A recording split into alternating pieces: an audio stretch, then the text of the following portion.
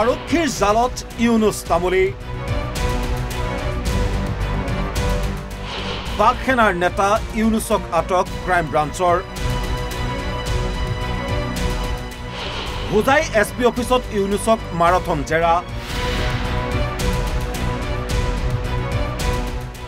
ইউনুছ তামুলীক আটকৰ আঁৰৰ কাৰণ কি শেহতীয়াকৈ জাতীয় সংগঠনৰ উজনি অসমৰ পৰা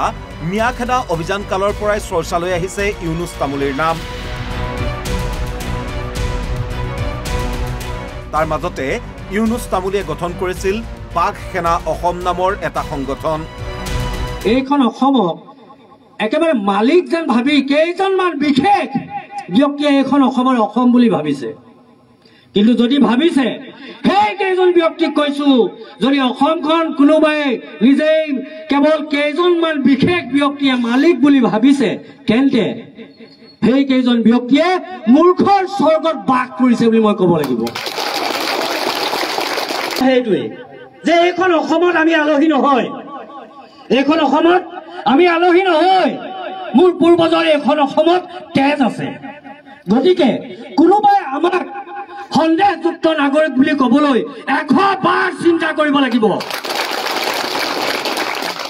কোনোবাই কেৱল আলী হুছেইন আহমেদ দেখিলে যদি কোনোবাই সন্দেহযুক্ত বুলি ভাবে সি জানি লওক এইখন অসমত তুমি মালিক নহয় তোমাৰ যিমান অধিকাৰ অসমত আমাৰো সিমান অধিকাৰ আছে তো আজি বিভিন্ন সময়ত আজি অলপ দিনৰ পৰা এই যিটো এটা পৰিৱেশ সৃষ্টি কৰিবলৈ লোৱা হৈছে এই যিটো পৰিৱেশ বৰ্তমান একাংশ ব্যক্তিক সন্দেহযুক্ত বুলি যি কৈ থকা হৈছে এটা টেগ লগোৱা হৈছে এইটো কিন্তু বেছি দিনৰ কথা নহয় একো এই কথাটো বেছি দিনৰ কথা নহয় এই কথাটো 2014 চনৰ পাছৰ পৰা আৰম্ভ হোৱা এখন নাটক আৰু এই নাটকৰ জবনিকা কিন্তু আমি পেলাম এই নাটকৰ জবনিকা একাংশ ব্যক্তিয়ে একাংশ দল সংগঠনে কৰিছে কিন্তু এই নাটকৰ জবনিকা পেলাব বাঘ সেনা অসমে আজি আমি প্ৰতিশ্ৰুতিবদ্ধ আজি এই বাঘ সেনা অসমৰ মঞ্চত থিয় হৈ মই ইউনুছ তামুলী প্ৰতিশ্ৰুতিবদ্ধ যে অসমত কোনো ব্যক্তিয়ে বিনা কাৰণত বিনা প্ৰমাণত যদি কোনো বুলি কয় প্ৰথমে ইউনুছ তামুলীয়ে সেই সকল ব্যক্তিৰ সন্মুখত ঢাল হৈ থিয় দিব আৰু এইটো কোৱা কথা নহয় এইটো কৰি দেখুৱাইছো আৰু কৰি যাম তাৰ কাৰণে আপোনালোকৰ সহায় সহযোগিতা মোক লাগিব সহায় সহযোগিতা আপোনালোকে কৰিবনে তো সহায় সহযোগিতা কৰিব লাগিব বৰ্তমান যিখন বুৰঞ্জী আমাক পঢ়াই থকা হৈছে 2014 চনৰ পৰা যিখন বুৰঞ্জী আমাক পঢ়াই থকা হৈছে যিখন বুৰঞ্জী আমাক শুনাই থকা হৈছে সেইখন বুৰঞ্জী কিন্তু আমি মনা ভকত নহয় সেই বুৰঞ্জীখন আমি নামানো সেইখন বুৰঞ্জী মানিম যিখন বুৰঞ্জী 2014 চনৰ আগতে আছিল সেইখন বুৰঞ্জীত প্ৰত্যেকজন অসমীয়াই প্ৰত্যেকজন অসমৰ প্ৰতিজন ব্যক্তিৰ পূৰ্বপুৰুষৰ তেজ য'ত লিখা আছিল সেইখন বুৰঞ্জীহে আমি মানিম গৰু গাখীৰ নাখায় গৰুৰ মুঠ খোৱা মানুহে যি বুৰঞ্জী লিখিব সেই বুৰঞ্জী বাঘ সেনাই নামানে গম পাইছে গতিকে সেইসকলক প্ৰতিহত কৰিবৰ কাৰণে আমি ওলাই আহিছো আৰু প্ৰতিশ্ৰুতিবদ্ধ আমাক কোনে ৰাখিব আমাক কোনো ৰাখিব নোৱাৰে আমি একত্ৰিত হৈ যাম নিজৰ প্ৰাপ্যৰ কাৰণে কোনো ৰাখিব নোৱাৰে হিলদোল ভাঙি যেতিয়া ওলাই যাম সন্মুখত যেনেকুৱা পাহাৰা হওক নেওচি ওলাই যাম হুজাই মানুহ এজনে গোলাঘাটত বেপাৰ কৰিব নোৱাৰিব হুজাই মানুহে শিৱসাগৰত বেপাৰ কৰিব নোৱাৰিব কাৰোবাৰ বাপেকৰ শিৱসাগৰ নেকি জয় হোম জয় হোম কাৰোবাৰ বাপেকৰ গোলাঘাট নেকি এইখন অসম প্ৰত্যেকজন অসমীয়াৰ অসম হয় যিবিলাক মানুহৰ ভৌগোলিক জ্ঞান নাই ভৌগোলিক জ্ঞান শূন্য কিছুমান মানুহে কেৱল নিজৰ জিলাখনকে অসম বুলি ভাবে কাৰণ নাদৰ ভিতৰত থকা ভেকুলিটোৱে গোটেই নাদখনে গোটেই পৃথিৱী বুলি ভাবে আৰু এইটোৱে দুৰ্দশা ভৌগোলিক ব্যক্তিয়ে কেৱল নিজৰ জিলাখনতে সোমাই থাকি দপদপাই থকাৰ পৰিৱেশ সিহঁতে ৰচনা কৰিব বিচাৰিছে কিন্তু নোৱাৰিবা বাবা নোৱাৰিবা এইখন অসমত আমি জীয়াই আছো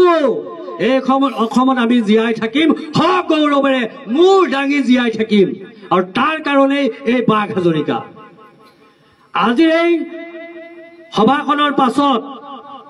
অসমৰ যিকোনো প্ৰান্ততে বিনা কাৰণত বিনা প্ৰমাণত কোনোবাই যদি কাৰোবাক সন্দেহযুক্ত বুলি ক'বলৈ হয় তাৰ প্ৰতিবাদ এই বাঘ সেনাই কৰিব আৰু সন্মুখৰ পৰা কৰিব অসমৰ জাতীয় সংগঠনৰ ৰুখতো পৰিছিল ইউনুছ তামুলী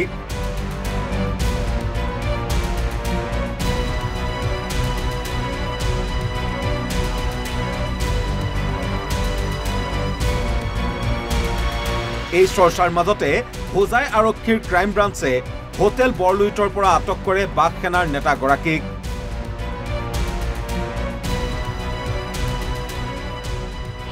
ইউনুছ তামুলীৰ বিৰুদ্ধে অসম বুৰঞ্জী সন্দৰ্ভত বিকৃত মন্তব্য কৰাৰ অভিযোগ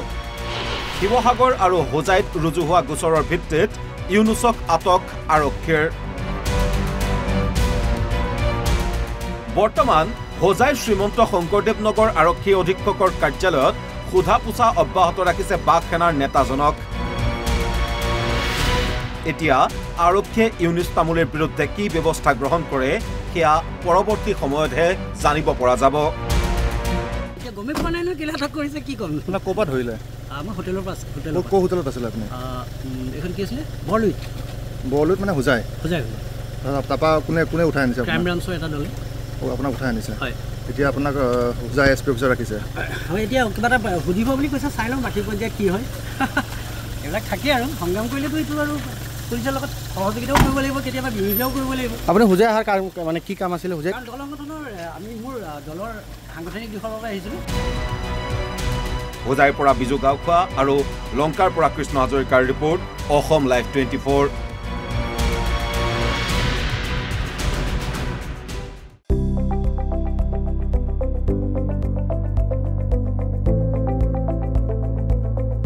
NB News,